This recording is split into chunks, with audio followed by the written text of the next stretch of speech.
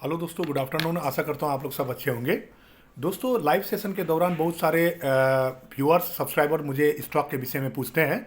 6,000 से 7,000 स्टॉक दोस्तों लिस्टेड है एनएससी बीएससी में। सारे स्टॉक के विषय में पता करना काफ़ी मुश्किल होता है, तो जो जो भी स्टॉक मुझे लगता है कि मुझे डिटेल एनालिसिस करके वीडियो डाल देना चाहिए, वो मैं स्टॉक नोट करता हूं और उसका वीडियो डिटेल डाल देता हूं, ताकि मेरे व्यूअर्स को, सब्सक्राइबर को लास्ट में डिसीजन करने में मदद मिले कि बाई करना है, सेल करना है या होल्ड करना है। तो दोस्तों आइए शुरू करते हैं। आज मैंने पोकराना POKRNA का वीडियो मैंने डाल दिया था। आप जाके देख सकते हैं पोकरना जो स्टॉक है वो कैसा है, बाद में आप डिसाइड कर सकते हैं। और ये आज का सेकंड वीडियो है दोस्तों, आइरिस बिजनेस सर्विसेज लिमिटेड का।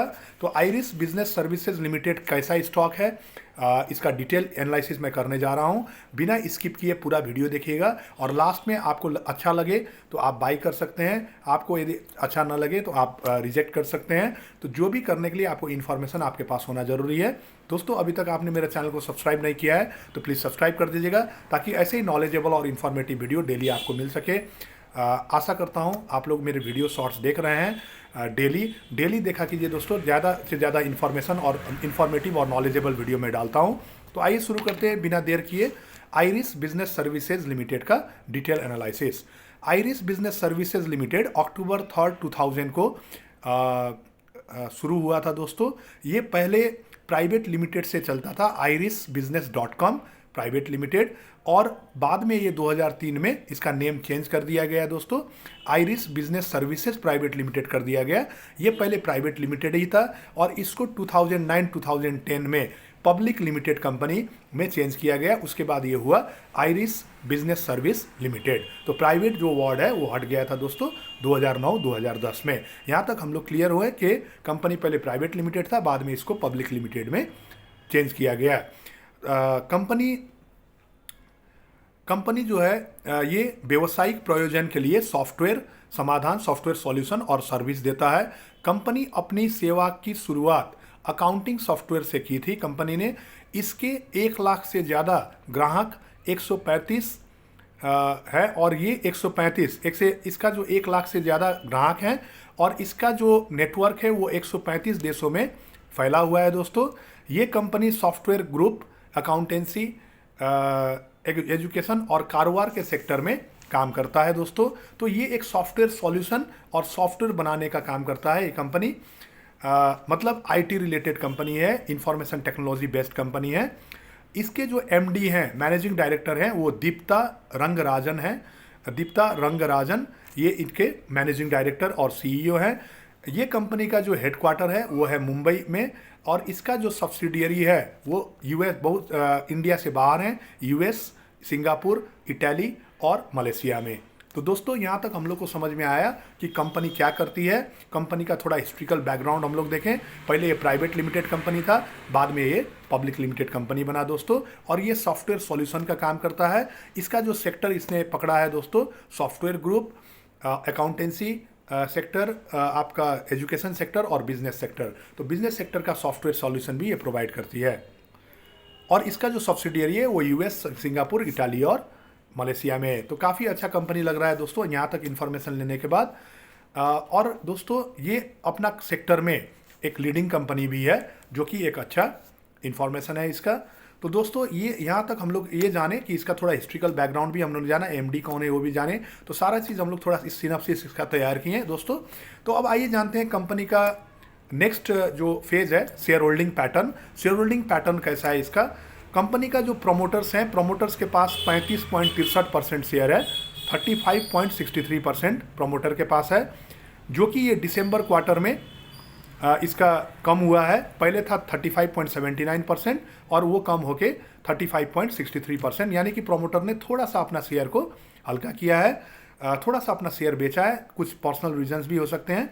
नेक्स्ट है दोस्तों एफआईआई, जो विदेशी निवेशक हैं उनका जो हिस्सेदारी है वो 1% का है। एफआईआई वालों का, फॉरेन इंस्टीट्यूशनल इन्वेस्टर।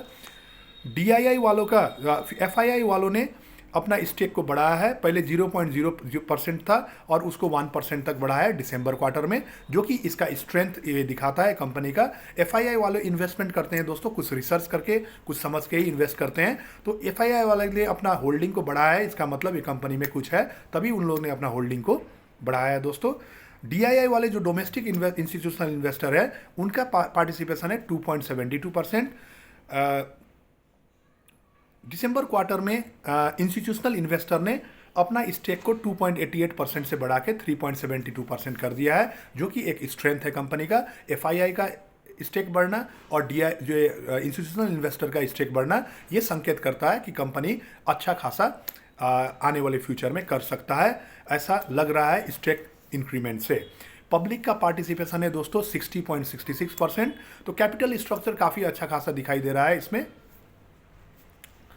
दोस्तों। अब आइए जानते हैं ये था। और कॉर्पोरेट एक्शन का बात किया जाए, कॉर्पोरेट एक्शन का बात किया जाए तो फिर ये जो कॉर्पोरेट एक्शन है, इसमें कुछ अभी तक डिविडेंड, स्प्लिट और बोनस नहीं हुआ है दोस्तों।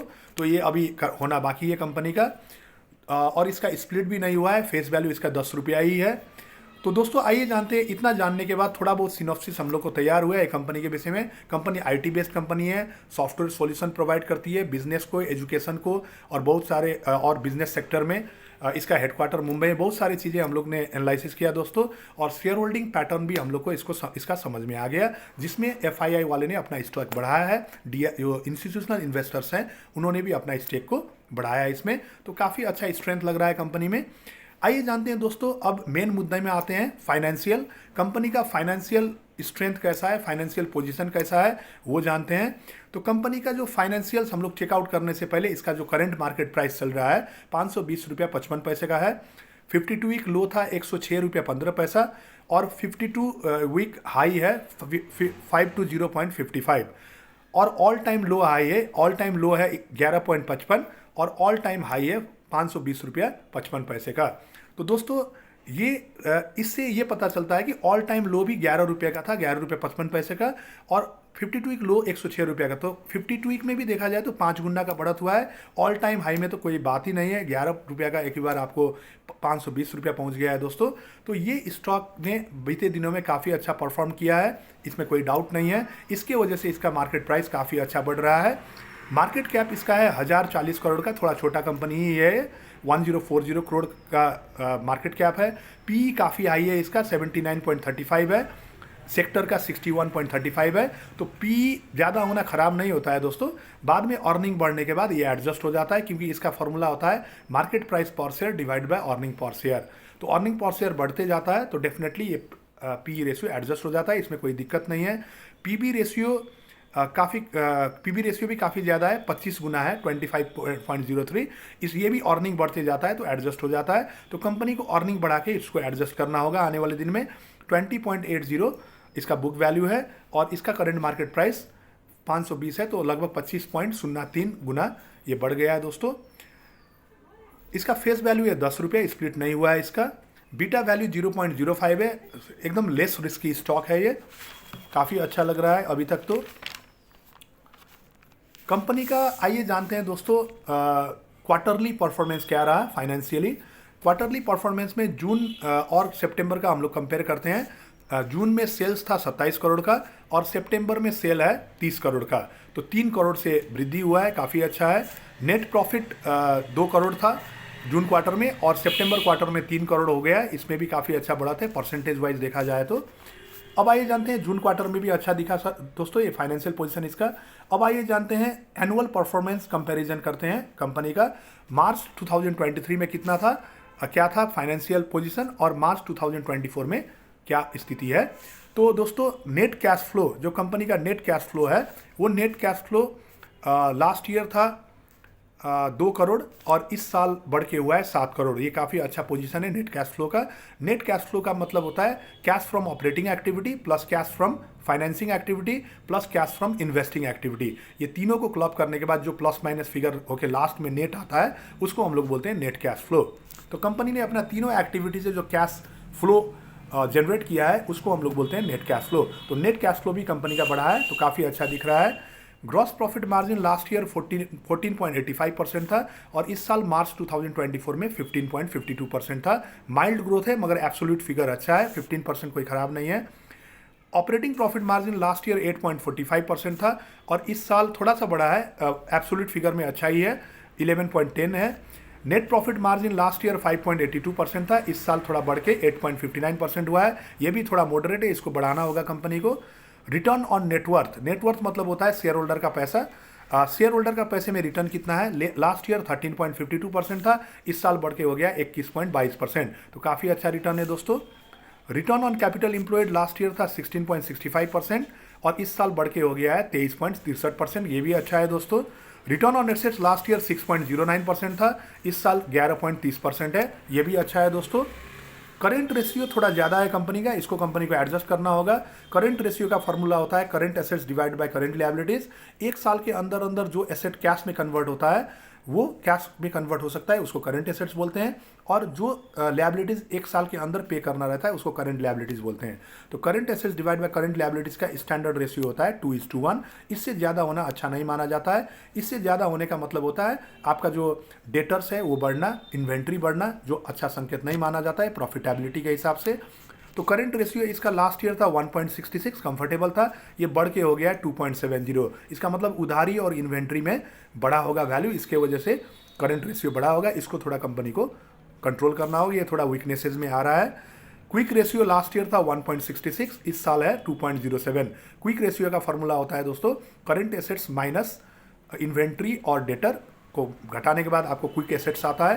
क्विक एसेट्स मतलब है जो कैश में तुरंत कन्वर्ट होता है, जैसे बैंक बैलेंस, गोल्ड, ये सारे तुरंत कैश में कन्वर्ट होते हैं, इसको हम लोग बोलते हैं क्विक एसेट। तो quick asset divide by current liabilities, सिर्फ करंट एसेट से आप इन्वेंट्री और डेटर को माइनस करेंगे, उधारी को माइनस करेंगे, तो फिर आपको मिलेगा क्विक एसेट। तो quick asset divide by current liabilities होता है क्विक रेशियो। क्विक रेशियो का स्टैंडर्ड रेशियो होता है दोस्तों 1:1।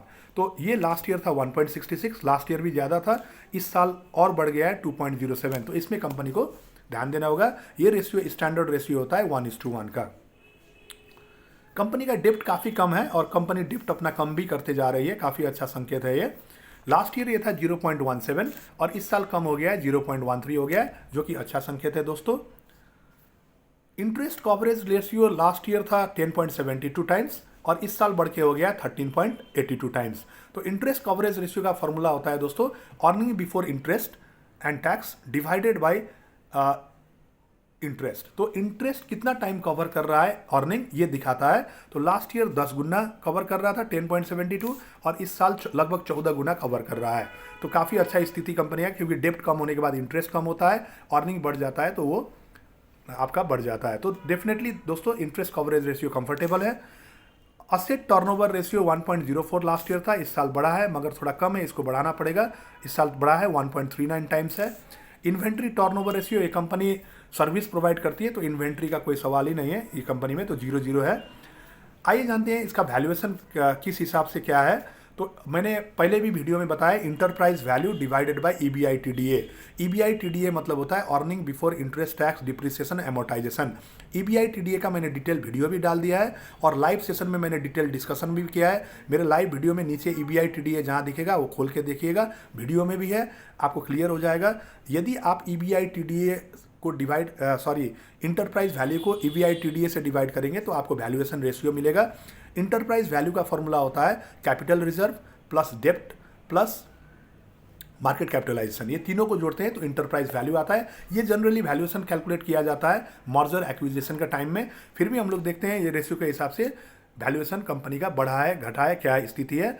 लास्ट ईयर 12.16 था ये वैल्यूएशन रेशियो और इस साल थोड़ा बढ़ा है 13.34 टाइम्स हुआ है। तो ये लास्ट ईयर के मुकाबले ये थोड़ा वैल्यूएशन बढ़ा है, थोड़ा महंगा हुआ है दोस्तों स्टॉक। आज का लास्ट रेशियो है दोस्तों इसका price to sales ratio. Price मतलब होता है market cap divide by sales. तो market cap divide by sales भी वैल्यूएशन इंडिकेट करती है। लास्ट ईयर ये था 1.86 और इस साल थोड़ा बढ़ा है 2.17।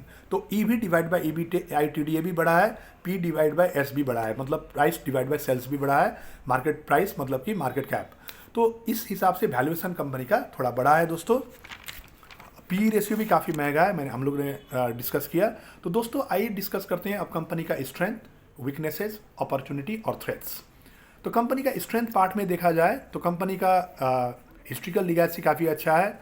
कंपनी पुराना कंपनी है, 20-25 साल हो गया है कंपनी का, सॉरी 15 साल हुआ है दोस्तों, सॉरी 20-25 साल नहीं, 2000 में इस्टेब्लिश हुआ था, तो लगभग 24 साल हो गया है। प्राइवेट लिमिटेड कंपनी था, पब्लिक लिमिटेड तो ये बना 2010 को, पब्लिक लिमिटेड के बाद ये 14 साल हुआ है। पहले 2000 में इस्टेब्लिश हो चुका था, प्राइवेट लिमिटेड से इसने स्टार्ट किया। प्राइवेट लिमिटेड था भी तो कस्टमर बेस ये सारे चीज़ वही रहते हैं, बढ़ते ही जाते हैं। तो इसको हम लोग लगभग 20-25 साल कंसिडर कर सकते हैं। काफ़ी अच्छा मतलब अच्छा खासा इसका हिस्ट्रिकल बैकग्राउंड रेडी हो गया है। नेक्स्ट दोस्तों इसका स्ट्रेंथ पार्ट देखा जाए तो एफआईआई और इंस्टीट्यूशनल इन्वेस्टर्स ने अपना स्टेक को बढ़ाया है, ये भी स्ट्रेंथ है। कंपनी का जो अर्निंग है वो अर्निंग बढ़ा है, क्वार्टरली अर्निंग भी बढ़ा है, ईयरली अर्निंग भी बढ़ा है, ये भी स्ट्रेंथ पार्ट है। कंपनी ने अपना डेप्ट को कम किया है, ये भी स्ट्रेंथ पार्ट है। इंटरेस्ट कवरेज रेशियो भी स्ट्रेंथ पार्ट है इसका। तो सारी चीज़ें इसका स्ट्रेंथ पार्ट लग रहा है। वीकनेसेस में इसका पी रेशियो काफ़ी हाई है, पीवी रेशियो भी काफ़ी हाई है, अर्निंग बढ़ा के कंपनी को इसको एडजस्ट करना होगा, ये वीकनेसेस पार्ट है दोस्तों। बाकी दोस्तों इसका सारी चीज़ें ठीक ही लग रही हैं।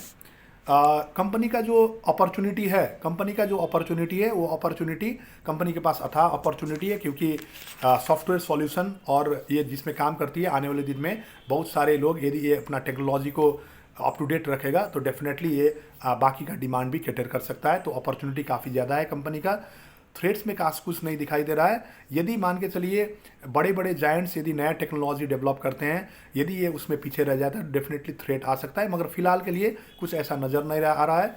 तो दोस्तों अब मैं फाइनली अपना ओपिनियन देने जा रहा हूँ ये कंपनी के विषय में। ये कंपनी मेरे हिसाब से आने वाले दिन में भी ग्रोथ काफ़ी अच्छा कर सकता है। मेरा ओपिनियन इसमें पॉजिटिव है। आप बाई करके चल सकते हैं, यदि है तो होल्ड कर सकते हैं। बाकी दोस्तों ये सब इन्फॉर्मेटिव और नॉलेजेबल वीडियो है, ये कोई रिकमेंडेशन नहीं है। बाकी आप अपना ब्रोकर और कंसल्टेंट से भी एडवाइस ले सकते हैं। दोस्तों आशा करता हूँ वीडियो आपको पसंद आया होगा, लाइक शेयर कर दीजिएगा, और ऐसे ही इन्फॉर्मेटिव और नॉलेजेबल वीडियो पाने के लिए मेरे चैनल को सब्सक्राइब जरूर कर दीजिएगा। Thank you all of you, have a nice day.